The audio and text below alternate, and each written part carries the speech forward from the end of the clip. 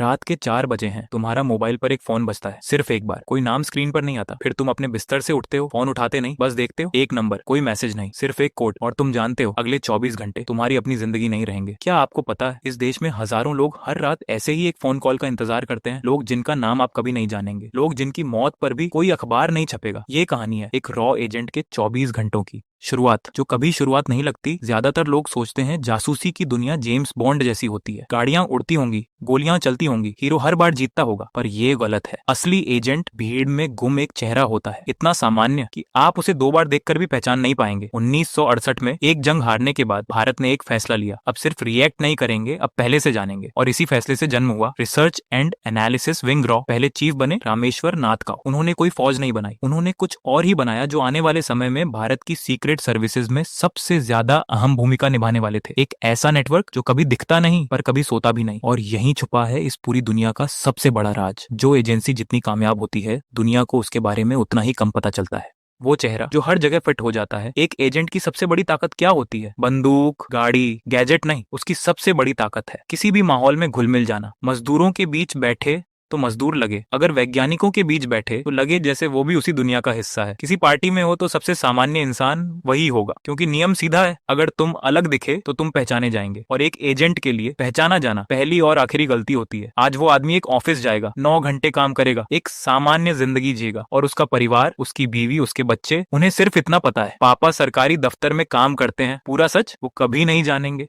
Needs to know. तुम एक cafe पर बैठे हो, एक टेबल पर एक अनजान आदमी आकर बैठता है, बात नहीं करते हो, एक अखबार वहीं छूट जाता है और वो आदमी उठकर चला जाता है। ज्यादातर लोग सोचते हैं जासूसी में सूचना चुराई जाती है, सच्चाई इससे कहीं ज्यादा ठंडी है। रॉ के अंदर एक अनकहा नियम है, नीड्स टू नो। अगर आपको किसी बात की जरूरत नहीं तो आपको वो बात बताई ही नहीं जाएगी। एक एजेंट को कभी नहीं पता होता कि बगल वाला एजेंट कौन सी मिशन पर काम कर रहा है। एक ऑफिसर को कभी नहीं पता होता कि उसका साथी ऑफिसर किस मिशन पर है। सोचिए, दुनिया की शायद यही अकेली जगह है जहां लोग एक ही मिशन पर होकर भी एक दूसरे से पूरी तरह अनजान रहते हैं। क्यों? क्योंकि अगर एक कड़ी टूटे तो सिर्फ वही कड़ी टूटती है, पूरी जंजीर नहीं। एक आदमी को एक बैग पकड़ाया जाता है, वो पूछता नहीं कि अंदर क्या है। एक आदमी को एक फोटो दी जाती है, वो पूछता नहीं ये कौन है, क्योंकि सवाल पूछना वहां कमजोरी की निशानी है।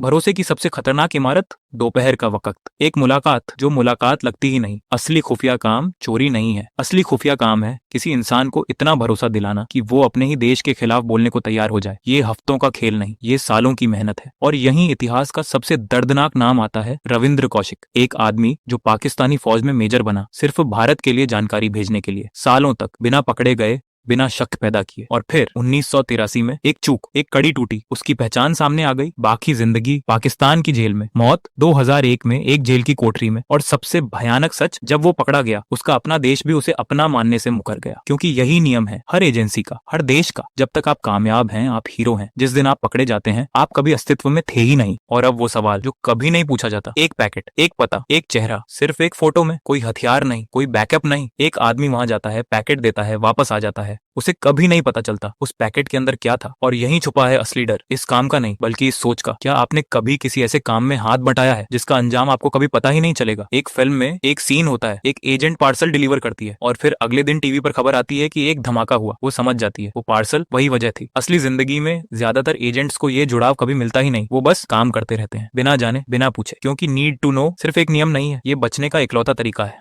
जब देश खुद अपना हिसाब रखता है, रात होते होते एक सवाल हर एजेंट के दिमाग में गूंजता है, जिसे वो कभी जोर से नहीं कहता। अगर मैं पकड़ा गया तो क्या मेरा देश मेरे लिए लड़ेगा? जवाब दुनिया के हर मुल्क में एक जैसा है। नहीं, एक इंटरव्यू में एक सीनियर रॉ ऑफिसर ने बहुत साफ शब्दों में कहा था, जो भी काम हम करते हैं उसकी कोई कानूनी हैसियत नहीं होती। पकड़े जाने पर कोई सबूत नहीं दिखाया जा सकता, कोई मदद नहीं आती। और यहीं एक और भयानक सवाल उठता है, अगर कोई भारतीय एजेंट दूसरे देश के लिए काम करने लगे, डबल एजेंट बन जाए, तो क्या होता है? अक्सर कुछ नहीं, क्योंकि कानूनी तौर पर आप कुछ साबित नहीं कर सकते और सजा देने का कोई खुला रास्ता नहीं होता। लेकिन कुछ कहानियां अनसुलझी रह जाती है, कुछ हादसे नहीं लगते, और कोई कभी नहीं बताएगा कौन सी कहानी असली हादसा थी और कौन सी नहीं। घर वापसी, दरवाजे के सामने एक गहरी सांस, चेहरा बदलता है, मुस्कान लौटती है। आज दफ्तर में ज्यादा काम था, एक वाक्य जो पूरा सच भी नहीं, पूरा झूठ भी नहीं। बच्चे को गुड नाइट बोलते हो, लाइट बंद करते हो और अंधेरे में लेटकर वो वही सवाल फिर सोचते हो जो हर रात लौट कर आता है, अगर एक दिन मैं इस जंग से वापस नहीं आया तो दुनिया को कभी पता चलेगा मैं कौन था? नहीं, शायद कभी नहीं, क्योंकि इस दुनिया का सबसे सख्त नियम यही है, असली हीरो कभी क्रेडिट नहीं मांगते, क्योंकि उन्हें पता है क्रेडिट मांगना ही उनकी सबसे बड़ी हार होगी। हम सब सोचते हैं पहचान एक अधिकार है कि हमारा नाम, हमारी कहानी हमेशा हमारे साथ रहेगी, लेकिन कुछ लोग हर दिन अपनी पहचान को मिटा देते हैं, बिना किसी उम्मीद के, बिना नाम के, बिना कहानी के। रविंद्र कौशिक जैसे नाम किस्मत से हमें पता चल गए, लेकिन सोचिए कितने ऐसे नाम होंगे जो कभी सामने ही नहीं आएंगे, जिनकी लाश कहाँ है उनके अपने परिवार को भी कभी नहीं पता चलेगा। शायद यही वो कीमत है एक रॉ एजेंट होने की, और शायद यही वजह है कि इस दुनिया के सबसे ताकतवर लोग वो नहीं जिन्हें हम पहचानते हैं, वो हैं जिन्हें हम कभी पहचान ही नहीं पाएंगे।